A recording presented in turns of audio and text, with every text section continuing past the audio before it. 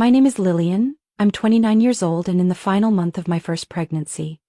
The feeling of excitement mixed with worry seems to linger constantly around me, like I'm standing at the threshold of something miraculous but also incredibly challenging. Sometimes, when I'm alone on the old beige sofa in our little house in the suburbs of Dallas, I gently place my hand on my belly, feel the soft kicks from my baby and whisper, "Mommy's here." Everyone says being a first-time mom is overwhelming, and I'm no exception. I've read dozens of books, followed pregnancy groups, even taken online prenatal classes every evening. I've tried to prepare as best I can, but nothing really soothes the fear that maybe I'm not strong enough to be a mother. My husband Nathan is 33 and works in finance. He always says he's busy, under a lot of pressure and needs to unwind on the weekends. So almost every Friday afternoon he drives to his parents' house about 2 hours away. No special occasion, no urgent reason, just a routine as he calls it. I've gotten used to being home alone, shuffling between the kitchen and living room carrying a belly that feels heavier every day. Nathan rarely helps me with anything around the house, not even the simplest tasks like carrying groceries or wiping the kitchen counter after dinner. One time I asked him to help clean the baby's room. He just looked at me and mumbled, "You're on maternity leave now, you've got more time than I do." It's hard to believe someone about to become a father could say something like that, but I was too drained to argue. I still remember a recent Saturday afternoon when the sun was blazing and I struggled to carry a sack of rice from the car into the house. Standing in the yard, sweat pouring down my face, I just wished someone would help, but he was off fishing with his dad, like I didn't even exist. When I texted him, all I got was a short reply, "You can handle it. You're strong." There are moments when I just sit in the quiet kitchen, surrounded by the lingering smell of food and the sound of the TV drifting from the living room, wondering, did I choose the wrong person? But then my baby shifts inside me, reminding me, I'm not alone. I have this child. My only source of hope that keeps me going each day. Nathan isn't necessarily a bad person. He used to be gentle, caring, at least in the beginning. But ever since I got pregnant, everything's changed.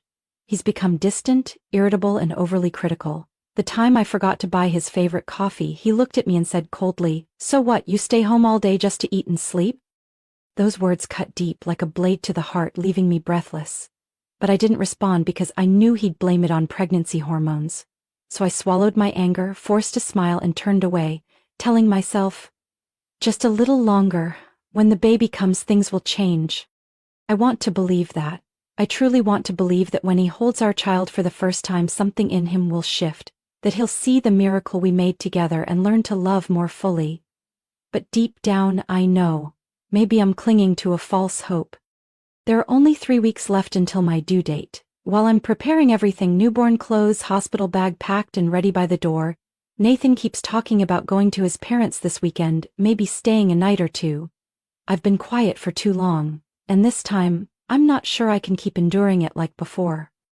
That morning I woke up earlier than usual, my back aching from a sleepless night. After struggling out of bed, I slowly made my way to the kitchen to brew coffee for Nathan, even though I can't drink any myself. I set the steaming mug on the table next to the simple breakfast I pulled together with the last bit of energy I had. He walked in, phone in hand, eyes glued to the screen. "The toast's burnt. Don't you know how to use the toaster?" I bit my lip, trying to hold back the sudden wave of sadness. I'd tried 3 times. The slices kept burning. The toaster's been acting up lately, but I haven't had the chance to buy a new one. "I'm sorry, I'll make another." "Forget it," he cut me off. "I'm sure my mom's already making something great."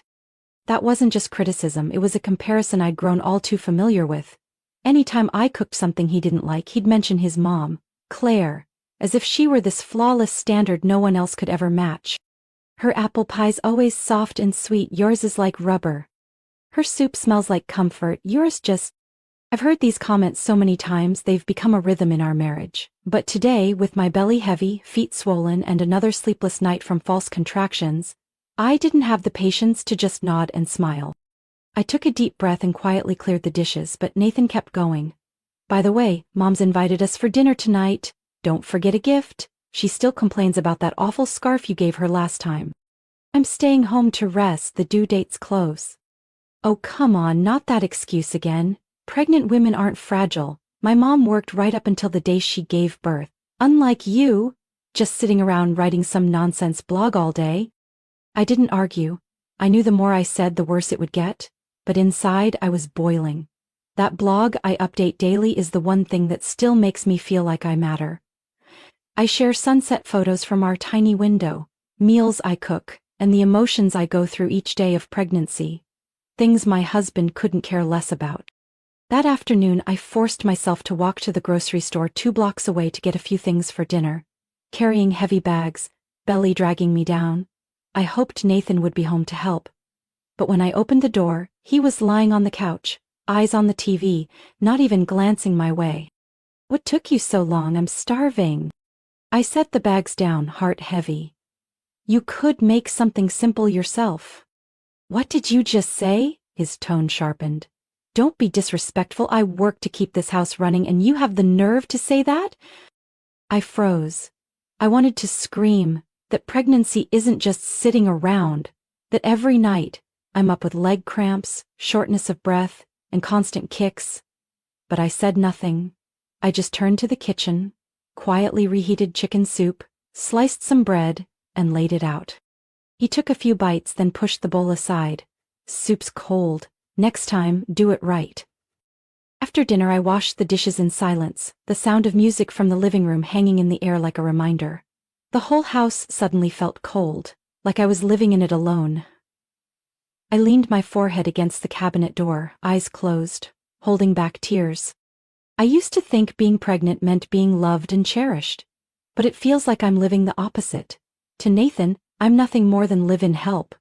I don't ask for flowers or gifts, just a little care, a simple "how are you today?" or a hug when I'm tired. But even those seem out of reach. That night when I crawled into bed, Nathan was still in the living room laughing at his favorite show. I turned my back, cradling my belly like a silent vow. I will protect you, no matter what.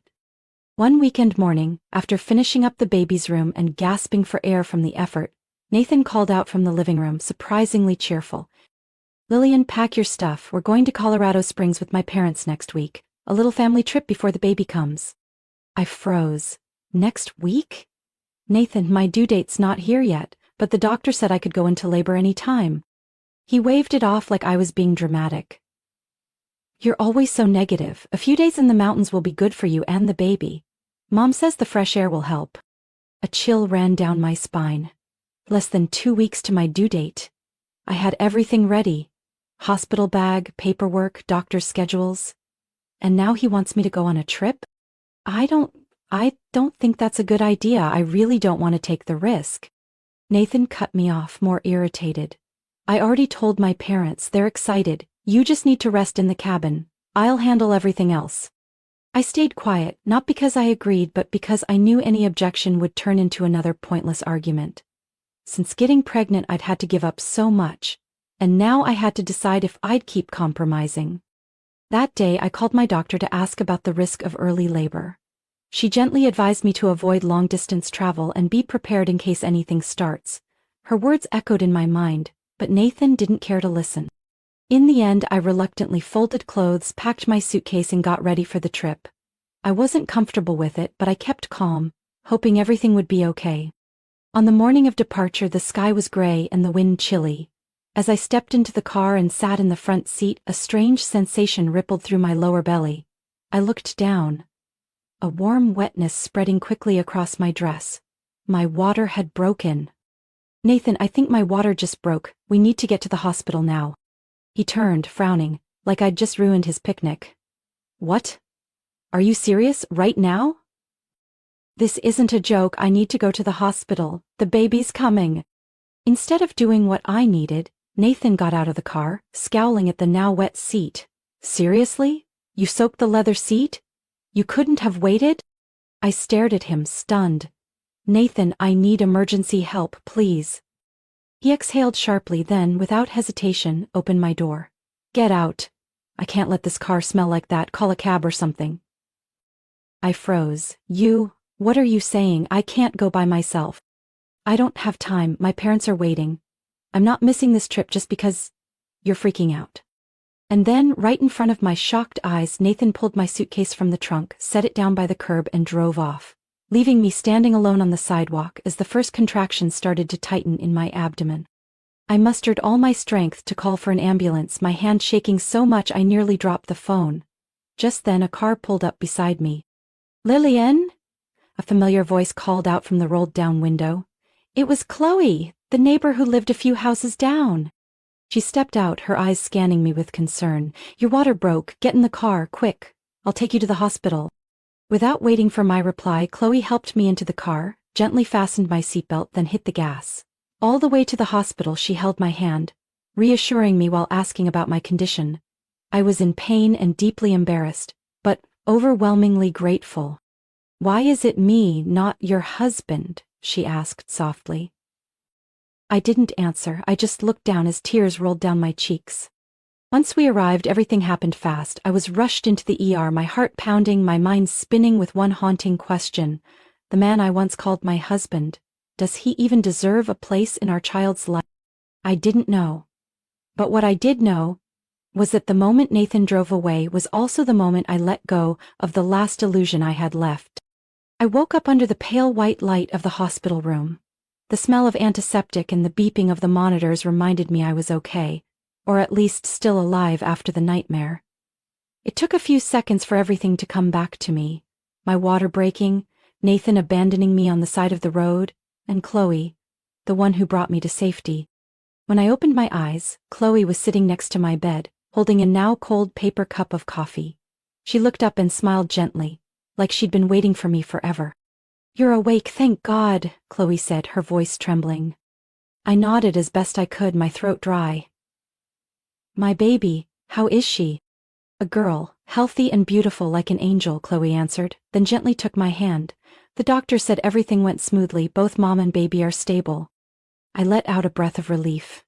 Tears slid down silently, not from pain, but from the overwhelming sense of gratitude. Chloe gave my hand a light squeeze. "You don't have to say anything," she said, as if reading my mind. "I already called your parents, they're on their way." Hearing that, I couldn't hold back my emotions. My parents and I had grown distant ever since I married Nathan against their wishes, but knowing they were coming to me at my most vulnerable moment warmed something inside my heart. About an hour later, the door burst open and my parents rushed in, faces full of worry.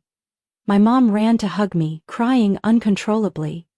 My dad, usually stern and composed, had red, glassy eyes as he looked at me lying there, still hooked up to IV lines. "I'm so sorry, Lillian," my mom sobbed. "We shouldn't have let you go through this alone." I shook my head. "No, don't say that. I chose this path." "But no one deserves to go through that alone," my dad said, his eyes turning to Chloe with unspoken gratitude. "Thank you. Truly. I just did what anyone should," Chloe replied sincerely.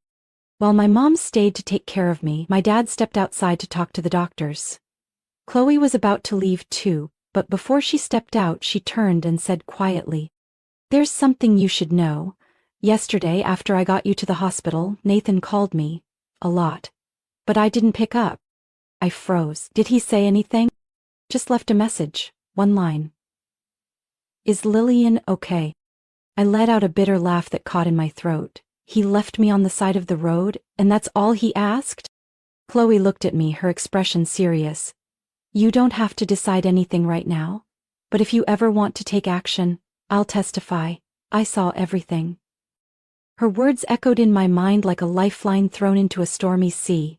Deep down I knew, the moment I stepped out of that car, I also stepped out of a marriage I never should have trusted. That night I was moved to the postpartum recovery room. My mom rocked the baby to sleep while my dad sat by the window reading the paper, as if trying to hide his emotions. I turned to the small crib next to my bed. She was so tiny, sleeping soundly with her lips pursed. I rested my hand on my belly, now soft and empty, but something inside me was growing stronger, determination. When the nurse came in to check on me, she whispered gently, "Miss Chloe left her contact info in case you need anything. And a small envelope. Inside is security footage of you being brought into the hospital, in case you ever want proof." I held the envelope with trembling hands, not from fear, but because I knew this was the first step. That video might be just a few minutes long, but it was undeniable evidence of a long journey of suffering and truth. I whispered to the sleeping baby in the crib, "Sweetheart, I promise. I'll never let anyone hurt us again." And right then I knew I was about to do the one thing I used to fear, start over. But this time with my daughter in my arms, I would never have to walk alone again. About 3 days after giving birth, as I was just getting used to the baby's new routine, something unexpected happened. Chloe came to visit in the afternoon, bringing a bouquet of white daisies and a more serious look than usual. "Lillian, have you been following the news these past few days?" she asked in a quiet voice, as if afraid of worrying me. I shook my head. Since giving birth, my parents had kept my phone so I could focus on resting. I hadn't thought about social media or anything outside the hospital room. Chloe looked at me, then pulled her phone from her bag. She showed me a video clip. My heart clenched the moment I recognized the scene. It was me, heavily pregnant, wobbling on the sidewalk, amniotic fluid pooling at my feet, and Nathan shouting and driving away, leaving me behind. Even though my face was blurred, the situation was clear. A med student happened to witness everything and recorded it. The video spread fast, over 2 million views in just 48 hours. I sat there stunned. At first no one knew who you were, but someone recognized the license plate and traced the car's owner. "That's how Nathan's identity got out," Chloe continued. "We've kept your information private. All people know is that he abandoned his pregnant wife." I stared at her, my heartbeat quickening. This is really that serious?" Chloe nodded. "Very serious. Social media's blowing up. Posts analyzing his callous behavior are everywhere. People even dug up old posts from Nathan's LinkedIn, Facebook, everything's under scrutiny." I swallowed hard. Part of me felt hurt, this was the man I once called my husband. But another part felt released. Everything I had suppressed, endured silently, was now out in the open. It didn't stop there," Chloe added. "My husband, Mark, knows, the CEO of the finance firm Nathan works at. When the video went viral, word got around the company. At first, they planned to handle it internally, but then..." I looked at her, waiting. "He was suspended, and this morning internal news confirmed his contract has been terminated. Reason: conduct severely damaging to the company's image." I didn't know what I was supposed to feel. It wasn't joy. More like a deep, quiet exhale after holding my breath for too long. "What about Nathan's parents?" I asked softly. Chloe shrugged. "They're getting dragged online too. Neighbors are coming forward saying they often heard shouting from their house. Someone even recalled Claire, Nathan's mom, insulting her daughter-in-law in front of guests. The internet isn't letting it go. People are digging up everything." I was stunned. My mom said lately people have been taking photos of Nathan's parents' house, spreading rumors. There's even a hashtag calling for a boycott of their family-owned bakery. They had to shut it down temporarily. I sat there in silence, flooded with mixed emotions. For a fleeting moment, it felt like justice had spoken, not through loud judgments but through the raw exposure of truth too clear to ignore. "I'm not telling you this to make you feel triumphant," Chloe said, placing a hand on my shoulder. "I just want you to know, this time, you're not alone. No one can overlook what you've been through." I gripped her hand, moved. "Thank you. I don't even know what to say." "Save your strength. There's a long road ahead," Chloe said, standing up. "But I believe you're strong enough to walk it." After she left, I sat alone, watching my baby girl sleep peacefully in her crib. My eyes settled on the envelope holding the video the nurse had given me. I hadn't opened it yet, but now I knew it was time. Not for revenge, but to protect my daughter's future. What Nathan did wasn't just a moment of poor judgment. It was undeniable proof of a broken, loveless marriage. I whispered almost like a vow, "If he chose to abandon us, don't expect us to look back." I left the hospital on a cool, bright morning, holding my baby girl, my heart filled with tangled thoughts. My parents had prepared a room for us in their home in the suburbs of Fort Worth. The room was full of light, painted in soft pastel colors, with a tiny crib beside my bed. Looking at my daughter sleeping soundly, I knew I had to be stronger than ever. Not just for me, but for her. Just 3 days after we got home, Nathan started calling non-stop. Messages, phone calls, emails, all carrying the same fake remorse and deflection. Please, don't blow this out of proportion. I just panicked, nobody's perfect. My parents are suffering because of this, you should think about the family. I didn't respond, but when Nathan started sending accusatory texts, "You're the reason I lost my job. If you hadn't made it a big deal, everything would have been fine," I knew it was time to take action. That night I sat down to talk with my parents. My father, Michael, a retired attorney, listened quietly while my mother gently rocked her granddaughter in her arms. "You've endured enough," my dad finally said. "It's time to deal with this for good." He referred me to an old colleague, Clara Weston, a sharp and composed divorce attorney. When I brought her the evidence, recordings of Nathan yelling and cursing at me during pregnancy, along with the video of him abandoning me on the street, Clara simply nodded. "We have more than enough. Let me handle the legal part. Your job is to focus on your baby and your recovery." The divorce papers were filed the following week.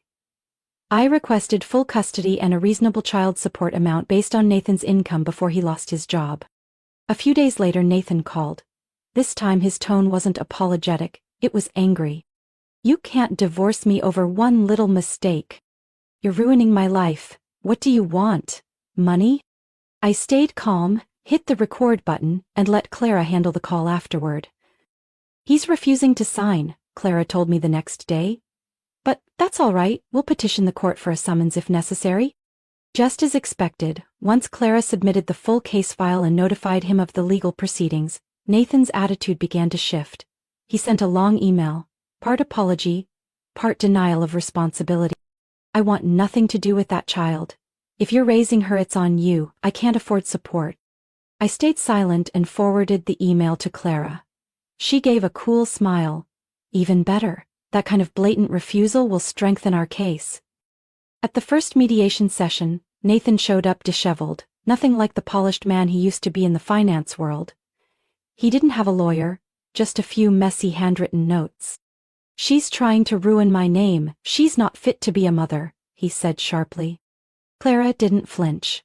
She calmly pulled out her tablet, played a recording of him yelling at me in our living room when I was 8 months pregnant, then showed the footage of me being rushed into the hospital, pale and soaked from amniotic fluid, while he walked away. The room went silent. "The one unfit for parenthood might be you, sir," Clara replied.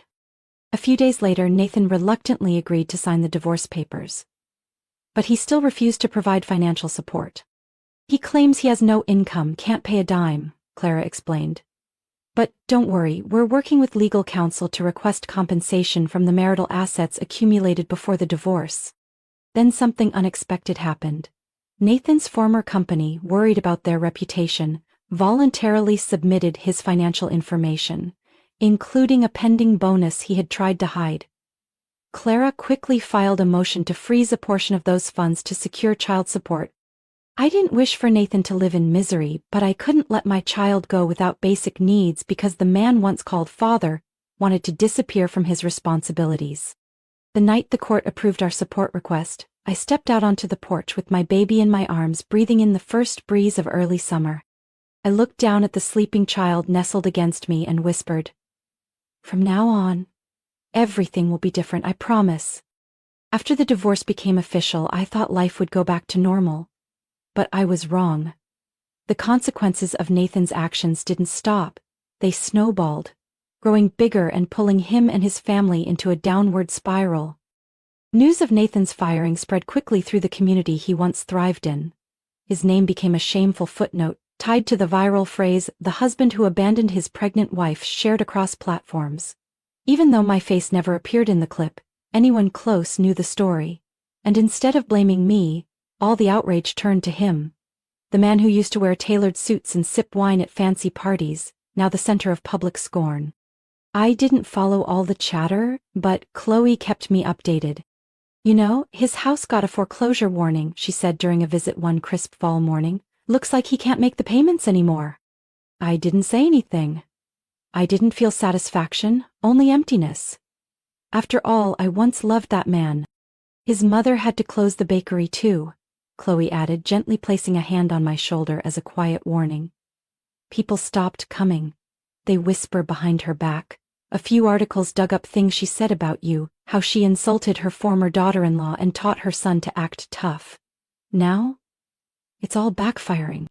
I thought of Claire, the woman who once looked me up and down and said, "If a woman can't cook, don't expect to keep a husband." Now she was surrounded by the judgment of the very community she once bragged about as being model citizens. Guests who once came for pastries and tea now turned their backs like they never knew her. Texts from Nathan still came through, less frequent but persistent. Sometimes they were recycled apologies, other times complaints about how hard life had become. Then came the bitter accusations, blaming me for blowing things out of proportion. I didn't respond. I'd learned that silence can be the strongest decision.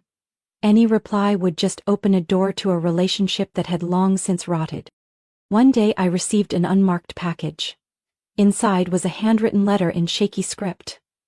It was from Claire. "Lillian, I'm not writing to beg for anything, just to speak honestly. I was wrong. I was arrogant, blind to the possibility that my son could do anything wrong. What happened to my family doesn't compare to what you went through, but through this downfall, I finally understand what it feels like to be abandoned by the world. If one day you choose to forgive, not for us, but for your own peace, I hope you find that calm in your heart. Wishing you and your daughter good health. Claire McKinney." I folded the letter and placed it in a drawer. No tears, no anger. I understood everything she wrote, but that didn't mean I would forget. Forgiveness and forgetting are two very different things. I would not live with bitterness, but I would not walk back down that road again either. Just a few weeks later, I heard Nathan had left the state. Rumor was he'd taken a server job in a small town scraping by. That image was a far cry from the man I met years ago, the one who talked about stocks, investments, and a brilliant future. As for me, I returned to work after maternity leave. With help from my parents and Chloe, I managed a steady routine. Baby Sophia was growing strong, full of giggles, with bright brown eyes everyone adored. One afternoon, while strolling with my daughter in the park, a middle-aged woman approached me with a warm smile. "You're Lillian, right? I follow your blog. I just wanted to say, you've inspired so many women like me. Thank you for being brave." I smiled, my heart a little lighter. I used to think life after divorce would be lonely and bleak, but as it turned out, freedom and peace were sweeter than any fairy tale marriage could have been. Our life gradually settled. The small house on the edge of the woods, north of Fort Worth where my parents had retired, became the first true home I'd known since leaving my marriage. Each morning, I woke to bird song, the smell of my mom's baking, and the soft cooing of baby Sophia in her crib. Chloe, the neighbor who saved me at my most fragile moment, remained by my side like a big sister. Every week she visited Sophia, bringing fresh fruit, homemade treats, and a kindness that touched me more than words could express. Once, I teased, "Aren't you tired of my drama? It's like you've been carrying the weight for me." Chloe just smiled, eyes gentle. "Lillian, sometimes helping someone else is also helping yourself. You don't know this, but what you've been through, it's incredible. Women like you deserve the best kind of ending." It was through those visits that I met Evan, Chloe's son. 32, a structural engineer living in Austin. He often came home on weekends to visit. The first time we met, I thought he was quiet, with eyes that held a kind of sadness, like someone who'd lived through more than he let on. But those same eyes, whenever he looked at Sophia, lit up with undeniable warmth. It started with simple greetings, then small talk over afternoon tea. Slowly, we shared more about work, wildflowers, hiking, and the disappointments of our pasts. One evening, after everyone had gone inside, I was standing on the porch rocking Sophia when Evan stepped out with 2 cups of warm ginger tea. He stood beside me in silence for a long while, then asked quietly, "Lillian, have you thought about starting over?" The question sank into my chest. Starting over. That phrase used to overwhelm me, but that night, under the amber porch light and soft autumn breeze, I didn't feel afraid. "I don't know," I whispered. "I've only just learned how to survive. I haven't had time to learn how to dream again." Evan nodded, not rushing. "Being honest with your feelings, that's already a step forward." After that night, he showed up more often. Never loud or pushy, just small things, holding Sophia when my hands were full, fixing a wobbly chair, quietly cleaning up after dinner with my parents. He didn't say much, but every gesture left a strange peace in me.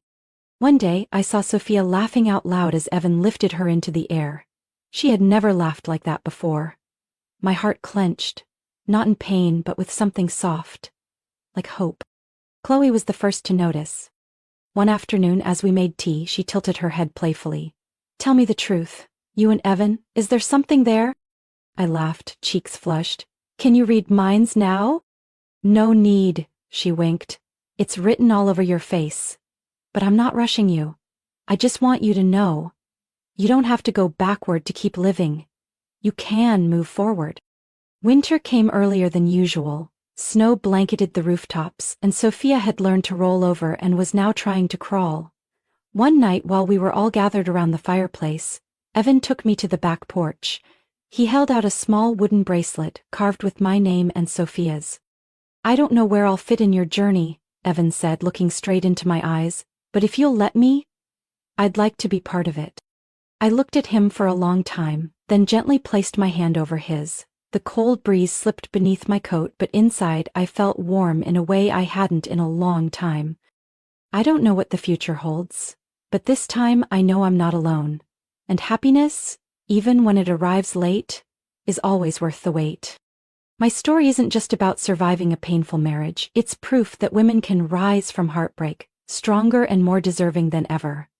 When I let go of someone who didn't value me, I made space for love that's real. The past can't be erased, but the choices we make today shape the future. And the greatest lesson I've learned? Being a mother doesn't mean losing yourself. It means finally living true to your heart. What do you think about Lillian's journey and the choices she made? Share your thoughts in the comments. And don't forget to follow the channel for more touching, meaningful stories about family and life.